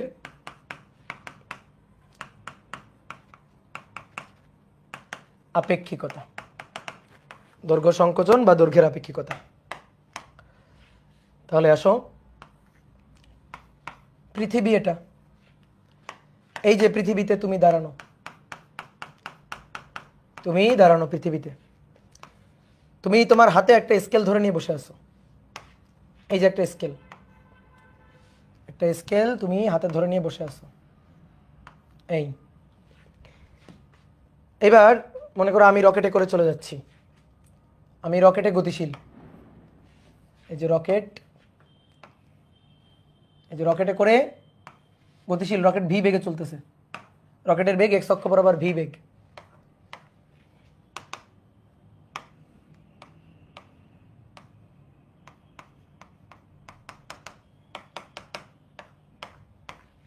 রকেট ভি বেগে গতিশীল। এই যে রকেটের মধ্যে আমি বসে আছি, আমি এই রকেটের মধ্যে বসে আছি। তাহলে এবার দেখো আমার কাঠামোটা, রকেটের মধ্যে আমার যে কাঠামোটা, এই কাঠামোটা হচ্ছে এস ড্যাশ কাঠামো, এস ড্যাশ কাঠামো, y x dash x, x অক্ষ বরাবর রকেট গতিশীল। হ্যাঁ, তো রকেট ধ্রুব বিবেগে, এর সাপেক্ষে রকেট ধ্রুব বিবেগে গতিশীল, তুমি পৃথিবীতে স্থির দাঁড়ানো আছো। এবার তোমার কাঠামো এটা, এই যে এটা তোমার কাঠামো, তোমার কাঠামো এস কাঠামো, এক্স ওয়াই জেড। তাহলে এগুলো x dash Y dash Z dash, এটা জেড ড্যাশ। ওকে, ক্লিয়ার, বোঝা গেছে? এবার ভাই আমরা কোনো বিন্দুর স্থানাঙ্ক চাই না, আমরা চাই এর দৈর্ঘ্যটা। আচ্ছা, এর দৈর্ঘ্য পরিমাপ করতে হবে কেমনে? এই হচ্ছে কাঠামো, এক্স অক্ষ বরাবর স্কেলটাকে ধরে বসাইছে, এক্স অক্ষ বরাবর বসাইছে। স্কেলের দৈর্ঘ্য কেমনে পরিমাপ করবে? স্কেলের দৈর্ঘ্য পরিমাপ করছে, এ কি করবে, এ কি করবে, এই মাথার স্থানাঙ্ক পরিমাপ করবে, এই মাথার এক্স স্থানাঙ্ক পরিমাপ করবে। এই যে এই পয়েন্ট এ পরিমাপ করবে, এ এস কাঠামোতে। তাহলে এইটা পরিমাপ করবে ধরো x2, আর এই কাঠামোটা এই যে এক্স অক্ষে কতটুকু, এই দৈর্ঘ্যটুকু পরিমাপ করবে। এই বিন্দুর স্থানাঙ্ক পরিমাপ করবে, এই বিন্দুর স্থানাঙ্ক যেটা পরিমাপ করবে সেটা হচ্ছে x1, সেটা x1 মানে এইখান থেকে এইটুকু হচ্ছে x1, আর এখান থেকে এইটুকু হচ্ছে x2। কে পরিমাপ করছে? এই x1 এবং x2 এ পরিমাপ করছে, যে এইটুকু x2 এইটুকু x1। তাহলে একে যদি বলি ভাই তুই মাপ, স্কেলের দৈর্ঘ্যটা মাপ, ঠিক আছে, এই যে তুমি স্কেলের দৈর্ঘ্যটা মাপো, তাহলে স্কেলের দৈর্ঘ্যটা এতটুকু না, এই যে স্কেলের দৈর্ঘ্যটা এতটুকু না, স্কেলের দৈর্ঘ্য এইটুকু দৈর্ঘ্য, স্কেলের দৈর্ঘ্য এইটুকু, স্কেলের দৈর্ঘ্য এইটুকু, এই যেটুকু দৈর্ঘ্য এই দৈর্ঘ্যটুকু এল নট, এই দৈর্ঘ্যটুকু কত? এল নট। এই পরিমাপ করতেছে দৈর্ঘ্যটুকুকে আমি ধরলাম এল নট। এইবার ও যে আমি রকেটে বসা, এবার আমি রকেটে দাঁড়ায় থেকে আমি স্কেলের এই প্রান্ত, রকেটে বসে থেকে আমি স্কেলের এই প্রান্ত দেখতেছি। কারণ আমি যদি এই রকেটের দৈর্ঘ্যটা পরিমাপ করি, তো আমি তো আমার কাঠামোতে পরিমাপ করব, আমি তো এই স্কেলটাকে আমার কাঠামোতে পরিমাপ করব।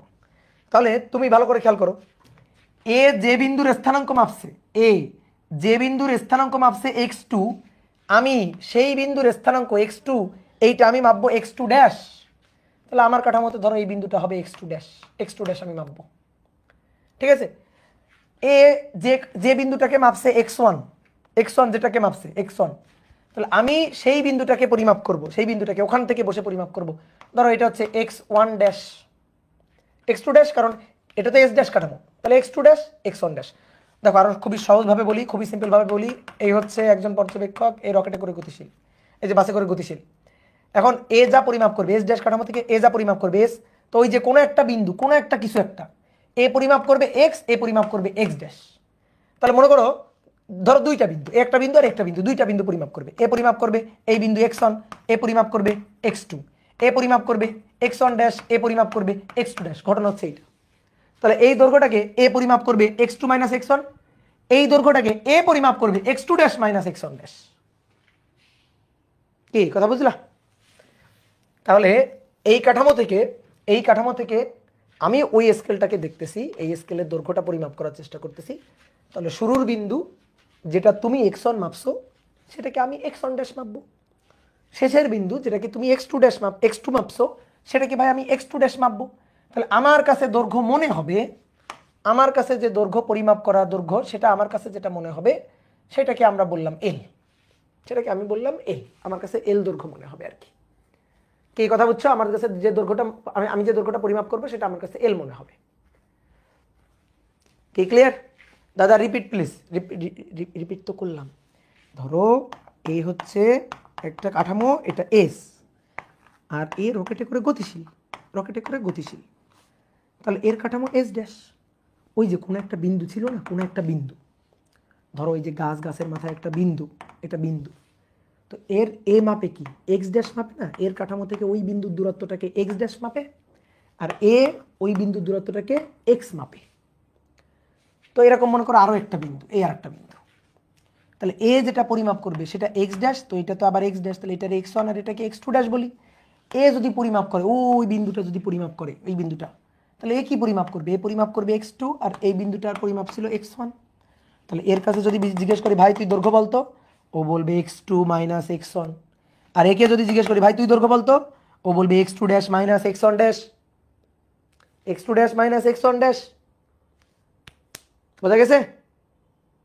ওকে, এবার তাহলে এর পরিমাপকৃত দৈর্ঘ্য এল নট, x2 মাইনাস x1, এর পরিমাপকৃত দৈর্ঘ্য এল, x2 dash minus x1 dash. বুঝতে পারছি? ক্লিয়ার? এইবার আমরা চাইতেছি এল এবং এল নটের মধ্যে সম্পর্ক, আমরা চাইতেছি এল এবং এল নটের মধ্যে সম্পর্ক। প্লাস এবার সম্পর্কটা কেমনে বের করা যায় দেখি এবার। এল এবং এল ড্যাশের মধ্যে সম্পর্ক, তো এইখান থেকে এই যে l nought x2 minus x1, l nought x2 আর x1, x2 ড্যাশ। তাহলে আমরা এই যে এক্স এর সূত্র, তাহলে এক্স এর সূত্র এক্স ড্যাশ প্লাস ভিটি ড্যাশ, এক্স এর সূত্র, তাহলে x2 এর সূত্রটা হবে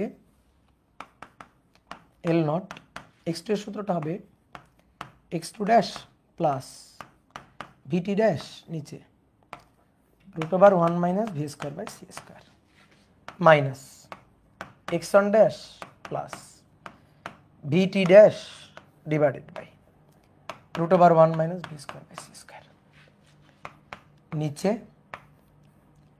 √1 minus V square by C square, উপরে x2 ড্যাশ প্লাস ভিটি dash minus x1 dash minus v t dash. তাহলে ভিটি ড্যাশ কাটা, x2 dash minus x1 dash, x2 dash minus x1 dash, that is l. তাহলে কি দাঁড়াইলো? L nought equal to x2 dash minus x1 dash নিচে √1 minus V square by C square. তাহলে ভাই l nought x2 dash minus x1 dash মানে l √1 minus V square by C square. তাহলে l আর l নটের মধ্যে সম্পর্ক হচ্ছে l equal to l nought √1 minus V square by C square. এইটাই হচ্ছে আমাদের দৈর্ঘ্যের আপেক্ষিকতার সূত্র। দৈর্ঘ্যের আপেক্ষিকতার সূত্র আমরা যদি এই সূত্রটা এই যে এইটা মাথায় রাখতাম, তাহলে যে কোনো ম্যাথ করার সময় আমাদের এতটুকু করে এসে এইখানে এসে হিসাব করা লাগতো। তা আমরা এখন আর এইটাকে সূত্র হিসাবে মনে রাখবো না। এই যে x2 মানে এইটা, x1 মানে এইটাকে আর আমরা এখন সূত্র হিসাবে মুখস্থ রাখবো না, আমরা ডিরেক্ট এইটাকে সূত্র হিসাবে মুখস্থ রাখবো। ঠিক আছে? এত বড় হিসাব কই, এত বড় হিসাব তো ছোট্ট হিসাব, তো ছোট্ট সূত্র। তা আমরা এখন সূত্র এইটাকে মুখস্থ রাখবো, এটাকে মুখস্থ রাখলে আমরা দৈর্ঘ্যের আপেক্ষিকতার ম্যাথ পারবো। কি কথা বুঝছো? তুলো তুলো তুলো তুলো।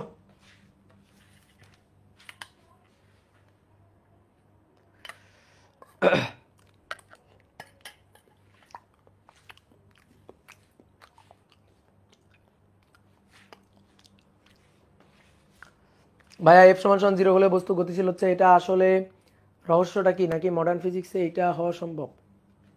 এফ 0 হলে বস্তু গতিশীল হচ্ছে, এর আসল রহস্যটা কি? আসল রহস্য একটা সুডো ফোর্স।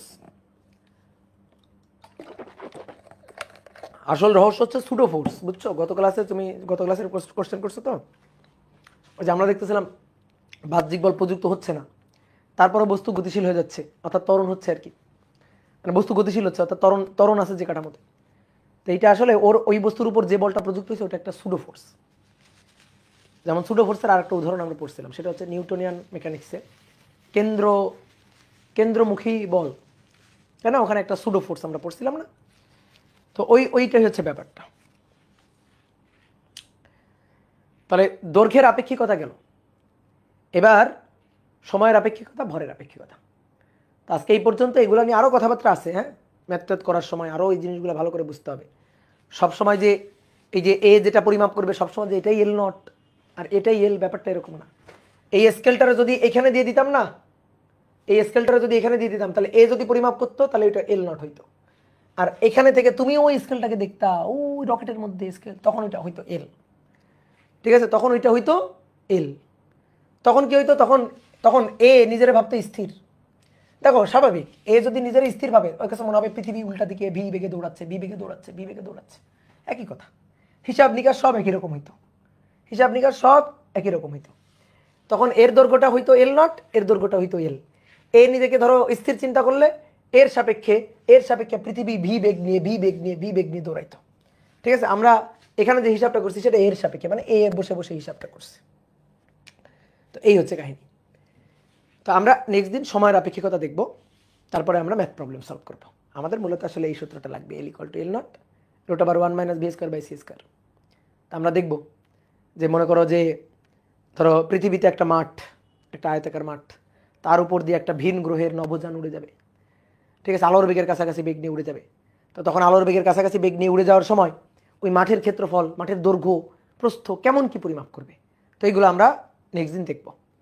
তাহলে আজকেও মনে করো যে এই টপিক থেকে চিন্তার একটা উদ্বেগ ঘটায় রাখলাম, তাহলে এইগুলো নিয়ে একটু ভাববা। ঠিক আছে, এগুলো কিন্তু নিজে নিজে শিখতে হয়, এগুলো কিন্তু টিচার শিখাই দিতে পারে না। বিশেষ করে মডার্ন ফিজিক্স, আমি সবসময় বলি স্টুডেন্টদের, মডার্ন ফিজিক্স নিজে শেখার জিনিস, মডার্ন ফিজিক্স টিচারের শেখানোর জিনিস না। মডার্ন ফিজিক্স মনে করো টিচারও অনেক কিছু বুঝে না, সহজ কথা। ঠিক আছে, ওকে, তাহলে টাটা। ভাই এফআরবিতে এক্সাম কি যেন প্রশ্ন করলো? এফআরবিতে এক্সাম অফলাইনে এক্সাম দিতে পারবো অবশ্যই। এফআরবিতে মডেল টেস্ট নামবে, কোনো সমস্যা নেই। ঠিক আছে, অনলাইনে পড়ানো হবে, পাশাপাশি অফলাইনে এসে ধুমসে এসে পরীক্ষা দিয়ে যাবা ব্রাঞ্চগুলোতে।